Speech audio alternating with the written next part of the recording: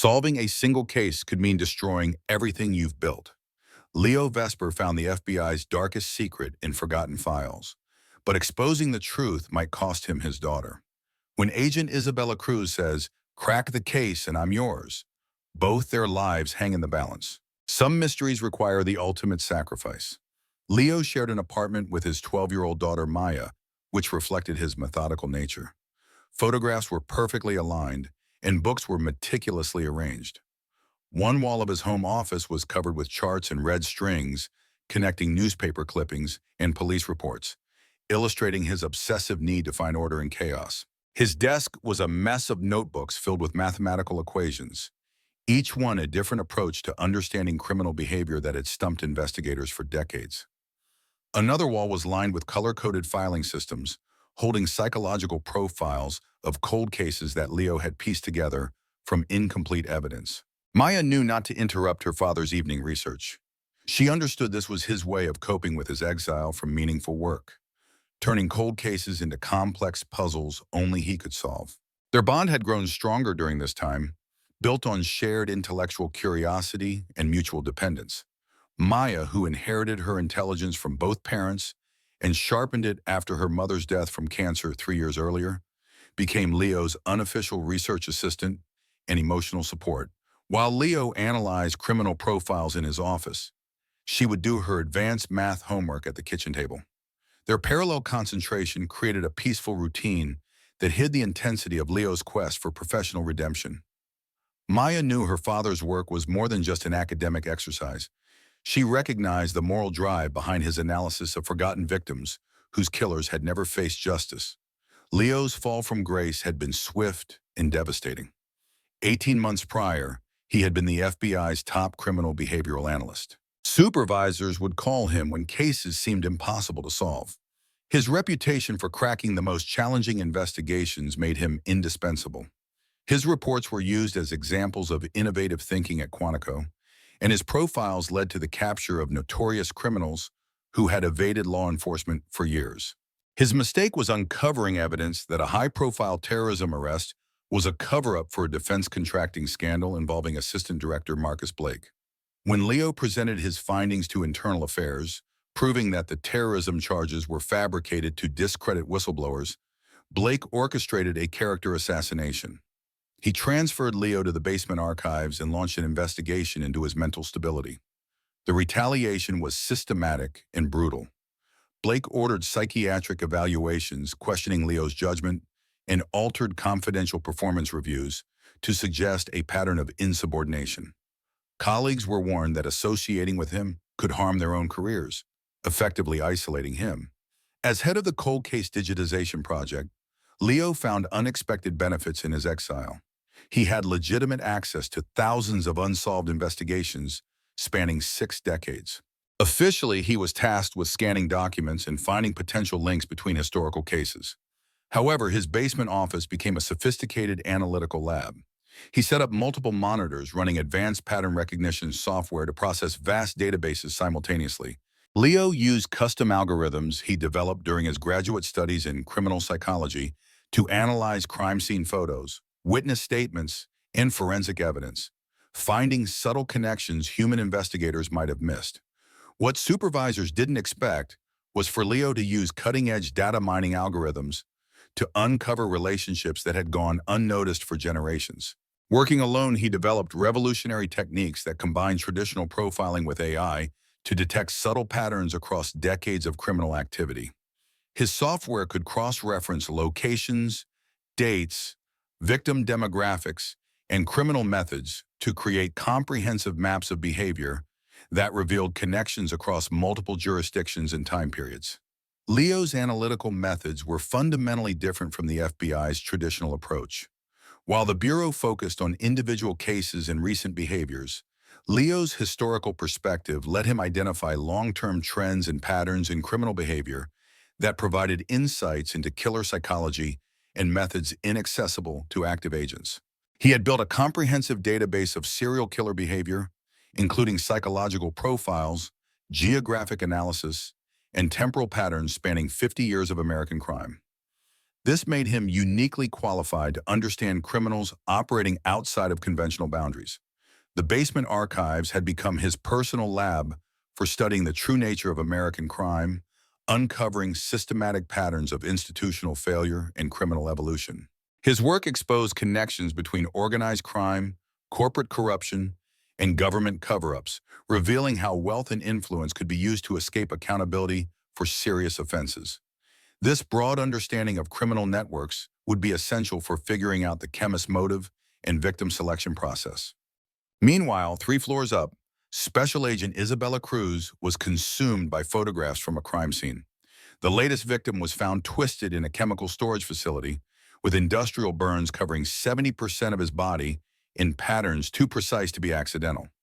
The killer had used a mix of acids to create specific burn patterns, ensuring maximum suffering before death. This showed both extensive chemistry knowledge and a complete disregard for human life. Forensic analysis revealed the victim was alive for at least 20 minutes after the acid was applied, experiencing unimaginable agony while the killer watched. Carved into the concrete next to the body was the symbol that haunted her dreams, the Ouroboros, the ancient serpent eating its own tail. The killer, known as the chemist, had claimed 12 victims across 6 states in the last 18 months. Each death was more elaborate and psychologically disturbing than the last. The murders had escalated from simple chemical poisonings to complex torture scenarios, combining medieval methods with modern chemistry, serving both practical and symbolic purposes. Isabella had spent countless hours studying the psychological progressions shown in the chemist's increasingly sophisticated crime scenes. Early victims were killed quickly with a single chemical application, suggesting inexperience and emotional motivation. But recent murders showed growing confidence and sadistic creativity, indicating the killer was getting psychological satisfaction from his victim's suffering. This escalation was a dangerous sign that could lead to mass casualties if the killer wasn't caught soon. Each crime scene showed improvements in technique and presentation, proving that the chemist was learning and refining his methods for maximum impact. Isabella's reputation was built on her methodical investigation and innovative analytical techniques, which had impressed supervisors throughout her career. A graduate of Quantico with dual specializations in criminal psychology and forensic chemistry, she was promoted to the behavioral analysis unit due to her brilliance and dedication. Her doctoral dissertation on chemical warfare and civilian crime was classified by the Department of Defense, but her research gave her unique insight into the minds of killers who use chemistry as a weapon. Her success on complex cases made her the youngest supervisory special agent in Bureau history. However, the chemist investigation threatened to ruin everything she had built.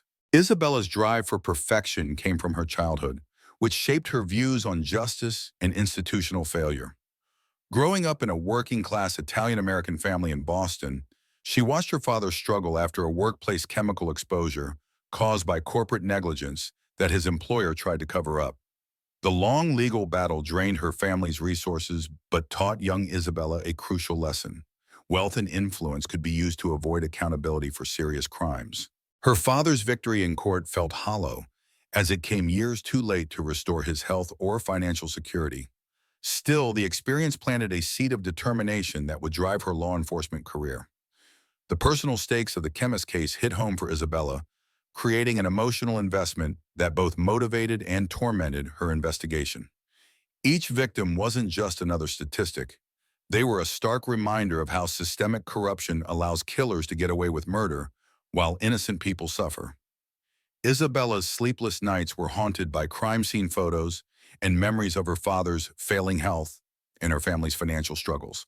She saw parallels between her family's tragedy and the chemist's victims, making the case deeply personal. The killer's sophistication was unlike anything Isabella had seen in her 7 years on the job. The crime scene showed an in-depth understanding of police procedures, forensic countermeasures, and victim psychology, suggesting he either had law enforcement training or had studied investigative techniques extensively. The chemist anticipated every move investigators would make.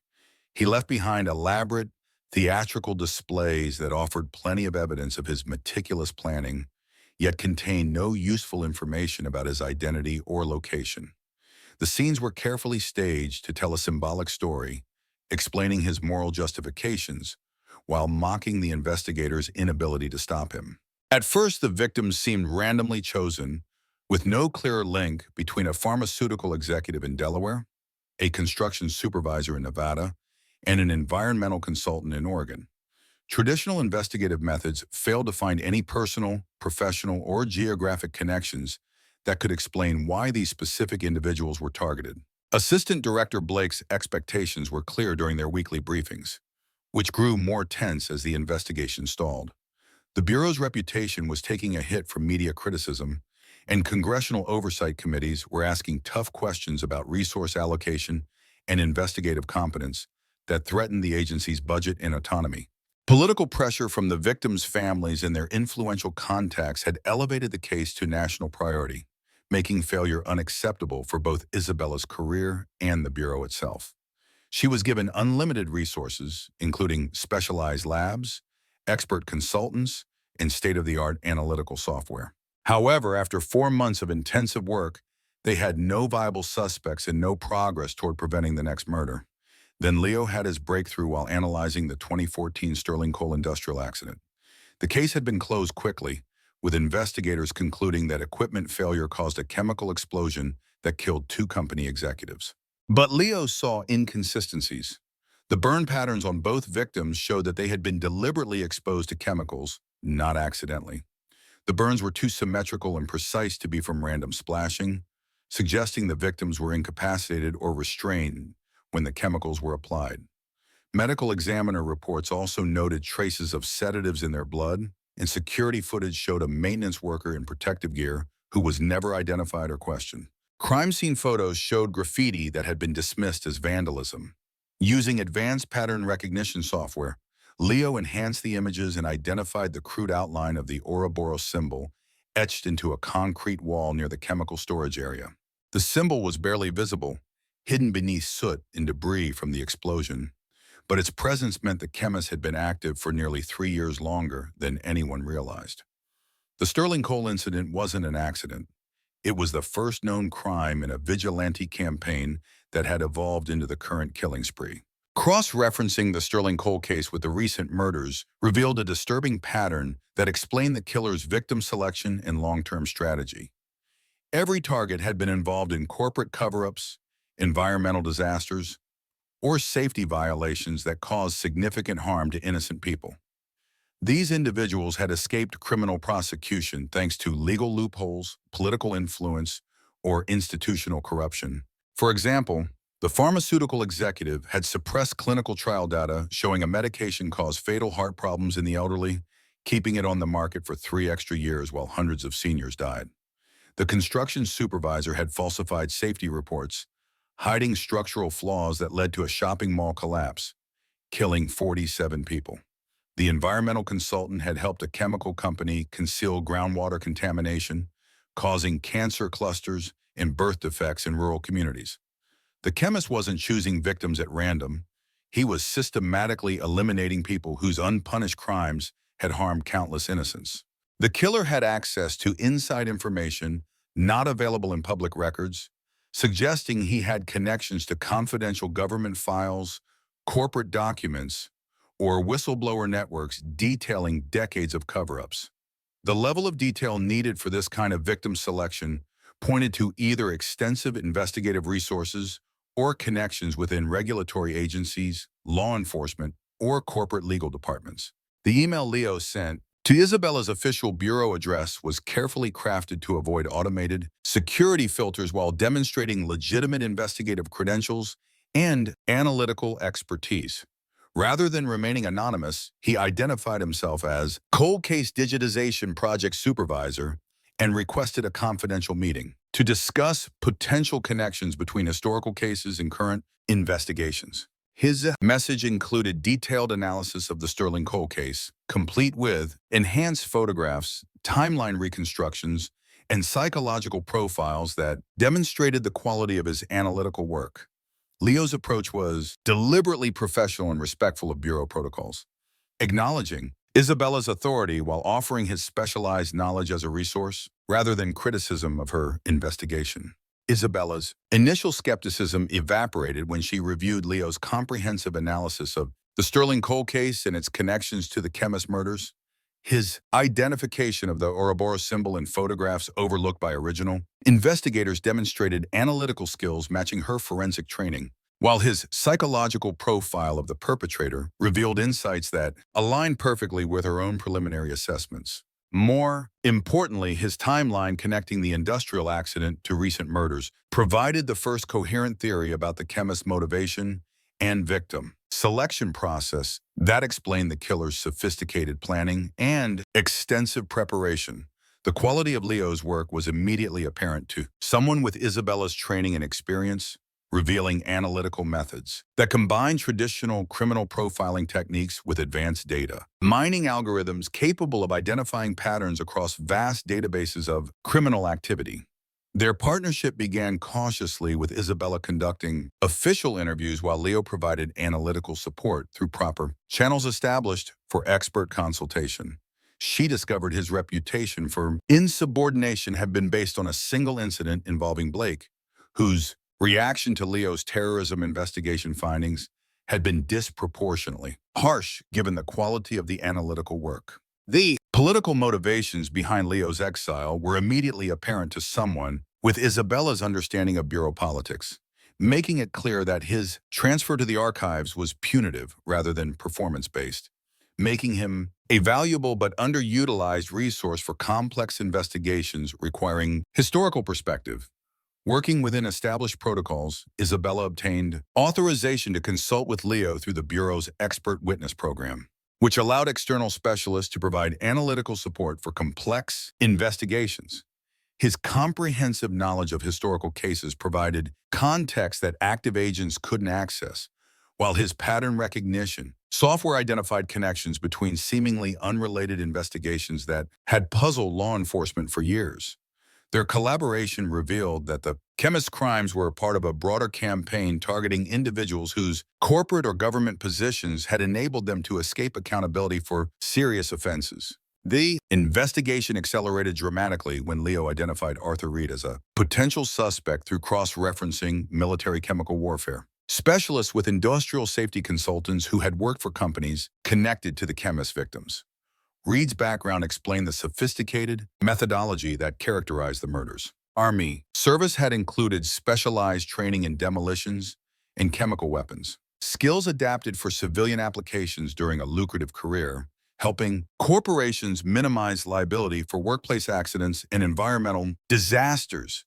Military records revealed that Reed had been decorated for his service in chemical warfare units, where he had developed expertise in creating precise chemical reactions for both offensive and defensive applications. His transition to civilian consulting had been highly successful with Fortune 500 companies, paying substantial fees for his expertise in preventing workplace accidents, while minimizing legal liability when preventive measures failed. Reed's transition from safety consultant to contract killer had begun 3 years earlier, when his teenage daughter, Sarah, was killed in a school bus accident caused by defective brakes. The manufacturer knew were dangerous, but chose not to recall due to cost considerations. Internal corporate documents later revealed that company executives had calculated that lawsuit settlements for accident victims would cost less than a comprehensive brake recall, making Sarah's death a deliberate business decision rather than an unavoidable tragedy.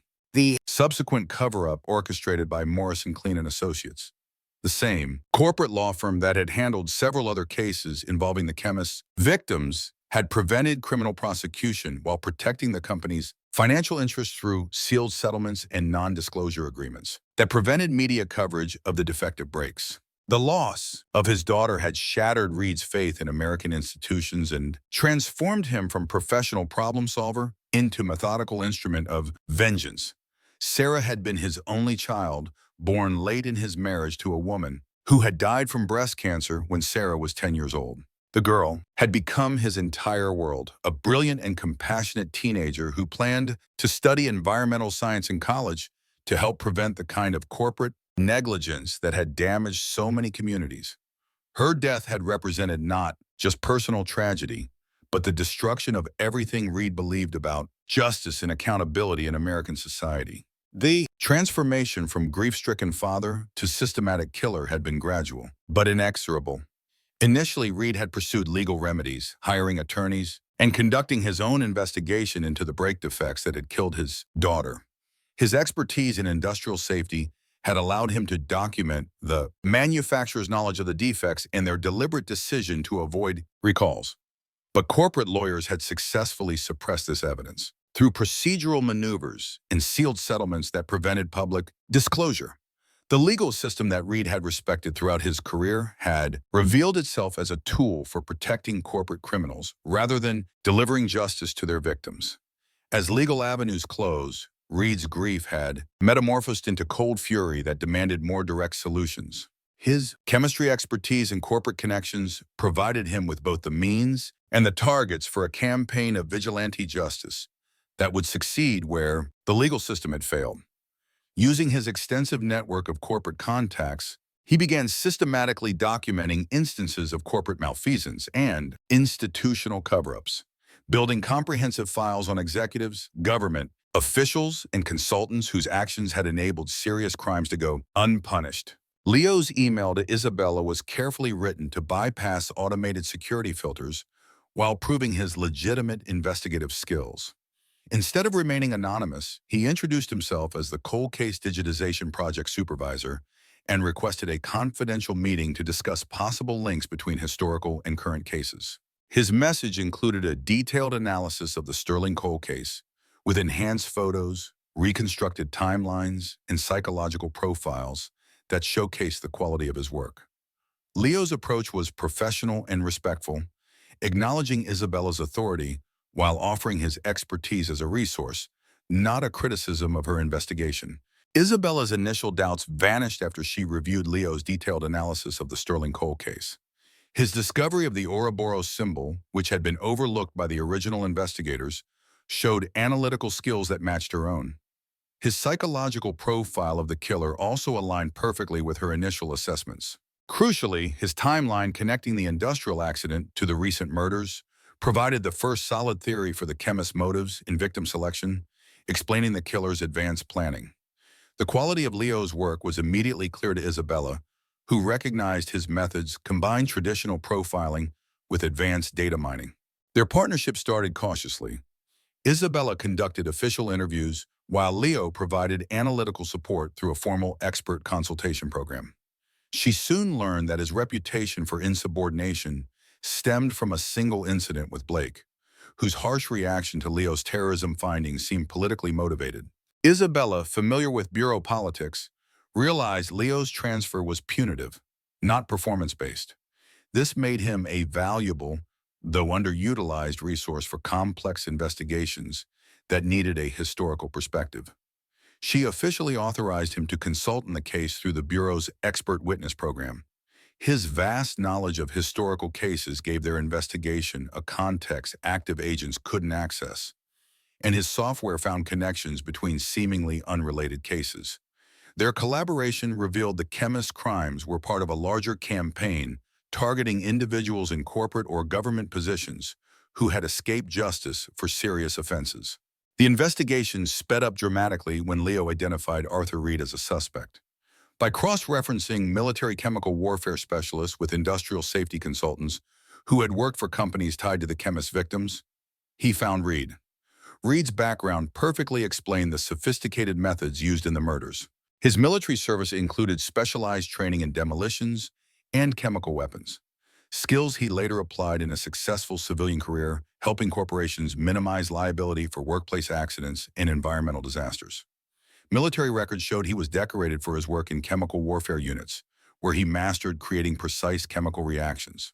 Reed's career as a safety consultant was highly successful, with Fortune 500 companies paying high fees for his expertise. However, his transformation from consultant to killer began 3 years earlier when his teenage daughter, Sarah, died in a school bus crash caused by defective brakes. The manufacturer knew the brakes were dangerous, but chose not to recall them due to cost.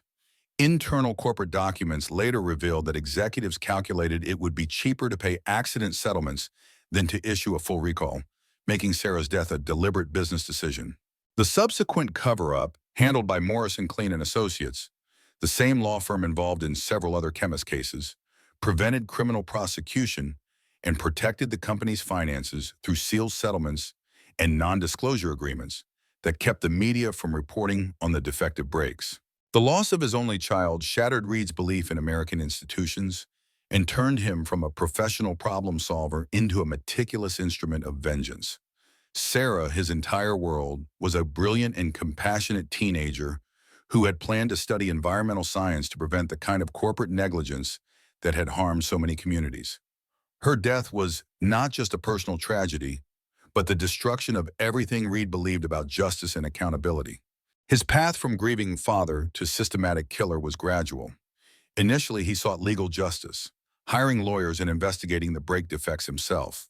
His expertise in industrial safety allowed him to document the manufacturer's knowledge of the flaws and their deliberate decision to avoid a recall. But corporate lawyers used legal maneuvers and sealed settlements to suppress the evidence. The legal system he had respected his whole life had proven to be a tool for protecting corporate criminals, not for delivering justice. With legal options exhausted, Reed's grief turned into a cold rage that demanded more direct solutions. His chemistry expertise and corporate network provided him with both the means and the targets for a campaign of vigilante justice. He began to systematically document corporate wrongdoing and institutional cover-ups, building extensive files on executives, government officials, and consultants whose actions had allowed serious crimes to go unpunished. Reed viewed each target not just as an individual criminal, but as a symbol of the systemic corruption that had killed his daughter and countless other innocent victims.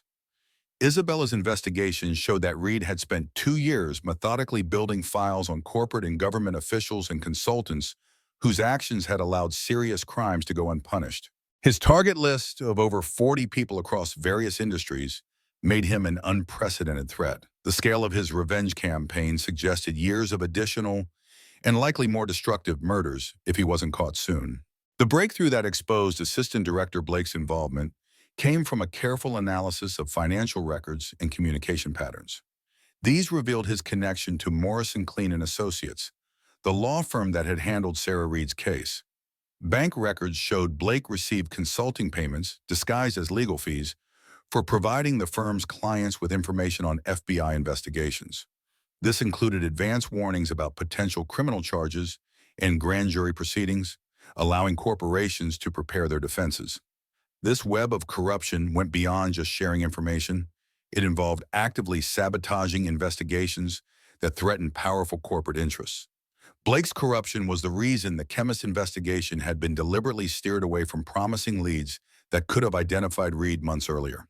As the supervisor in charge of resource allocation, Blake had prevented Isabella's team from accessing key databases, interviewing important witnesses, and pursuing lines of inquiry that would have exposed his connection to the crimes.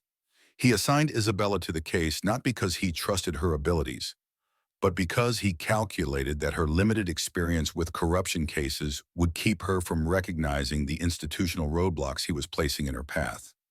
Realizing her supervisor was actively sabotaging the investigation put Isabella in a dangerous position, forcing her to navigate bureau politics and legal procedures carefully. Standard protocols would have required her to report the suspected corruption to internal affairs. However, given Blake's high-ranking position and political connections, he could have easily destroyed her career before any investigation could be concluded. Instead, she chose to work secretly with Leo to build an airtight case against Blake's criminal network while protecting her own position. Their covert investigation intensified when Leo discovered his involvement had drawn hostile attention. Someone with administrative access was monitoring his computer activity and tracking his research. His personal communications were being intercepted and analyzed. More ominously, surveillance teams were seen near Maya's school, and his home address had been repeatedly accessed by users with hidden identities. The constant psychological pressure began to affect Leo, and Maya noticed her father's increased anxiety and paranoia. The morning Leo found the Oraro symbol carved into his apartment building's entrance, he realized the case had become a direct threat to his daughter. Someone had bypassed security to leave a calling card that was both a warning and a promise. People willing to harm a child to protect their secrets had noticed his investigation. The message was terrifying and clear. turning an intellectual puzzle into a personal fight for survival. Isabella's reaction showed both professional integrity and a personal commitment to their partnership. Rather than distancing herself from Leo, who had become a liability, she used bureau resources to protect him and Maya. She moved their analytical work to a secure, classified facility with electronic countermeasures to prevent outside monitoring. Federal marshals were assigned to discreetly protect Maya at school, and Leo's apartment building received extra security. Her willingness to risk her career for an unauthorized collaborator demonstrated the depth of her commitment to the case and to Leo. Working 18-hour days in the secure location, Isabella and Leo built a comprehensive profile of Reed's revenge campaign. His target list included not only corporate executives and government officials, but also lawyers, consultants, and media figures who had helped cover up the crimes that led to his daughter's death. The Aurora symbol was not just a calling card, but a promise that the cycle of unpunished crime would be broken by systematically eliminating everyone involved in corporate wrongdoing. Their analysis revealed that Reed was building toward a spectacular finale to maximize casualties and symbolic impact. He was approaching the climax of his campaign, having worked through lower-level targets, and now preparing a final assault on the most powerful figures in his network. His next victims would likely be senior partners at Morrison, Clean, and Associates. Their deaths would send an unmistakable message about corporate accountability while completing his quest for justice. The timing suggested a coordinated attack to eliminate multiple targets simultaneously, ensuring maximum media attention, and that his message about corporate corruption reached the widest possible audience. The final confrontation with Reed took place at the headquarters of Morrison, Clean and Associates, the law firm that had handled Sarah's case. Isabella arrived expecting to stop a mass casualty event, but found herself facing a meticulous executioner who had planned the perfect crime for 3 years. He intended to eliminate his targets while exposing their crimes to public scrutiny. The building was rigged with sophisticated incendiary devices designed to destroy both the targets and the evidence of decades of institutional corruption. Reed had placed chemical bombs in the document storage areas, planning to obliterate records of corporate cover-ups and kill the lawyers responsible for preventing criminal prosecution. His final act was meant to be both a personal revenge and a revelation of the corruption that had allowed countless crimes to go unpunished. The attack was timed to occur during a partners meeting to ensure maximum casualties among the firm's senior leadership, symbolically destroying the legal infrastructure that protected corporate criminals. From the FBI Command Center, Leo provided Isabella with real-time psychological analysis and tactical advice through secure communication channels. His understanding of Reed's motivations and mental state allowed him to predict the killer's movements and intentions, giving Isabella a critical advantage against a cunning and well-prepared opponent.